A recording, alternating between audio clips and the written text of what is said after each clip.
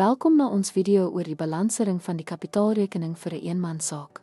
Ons sal jou lei deur die bepaling van die eienaarsbelang aan die einde van 'n finansiële periode en sodoende 'n duidelike begrip van hierdie noodsaaklike finansiële proses verseker. Aan begin identifiseer die opening kapitaalbalans aan die begin van die periode. Hierdie aanvanklike syfer is van kritieke belang, aangesien dit die grondslag lê vir die berekening van die veranderinge in die eienaar se ekwiteit dwars deur die finansiële periode.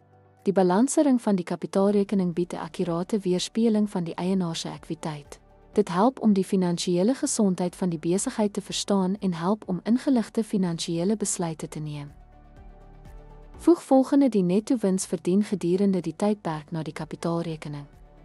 Hierdie stap weerspieël die besigheid se verdienste en dra by tot die algehele toename in die eienaarsbelang. Dit is belangrik om enige tekeninge af te trek of onttrekkings wat deur die eienaar gedurende die tydperk gemaak is.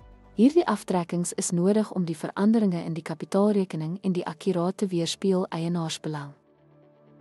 Laastens, bereken die slotsaldo wat die eienaar se ekwiteit in die besigheid verteenwoordig.